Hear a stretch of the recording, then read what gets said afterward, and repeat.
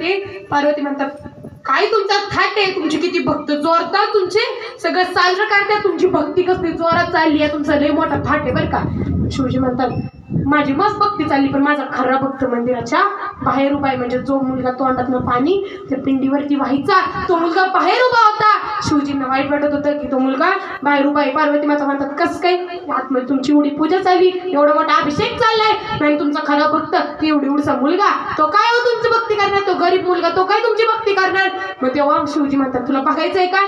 ते पवनदेवाला आव्हान करतात. पवनदेवाला आव्हान करतात. आता वार सुटतं, वार सुटल्यानंतर त्याच्याकडे मंदिर हलू लागतं. हलू लागल्यावरती सगळं राजा एकीकडं, राणी एकीकडं, सगळी प्रजा एकीकडं, सगळी आता इकडं तिकडं पळू लागली, सगळी इकडं तिकडं पळू लागलेली. आणि तो जो मुलगा होता लहान, त्याचा देवावरती देह जावो अथवा पांडुरंगी दृढ भाव, अशा प्रकारचा त्याच्या देवावरती भाव होता. आपल्या महादेवा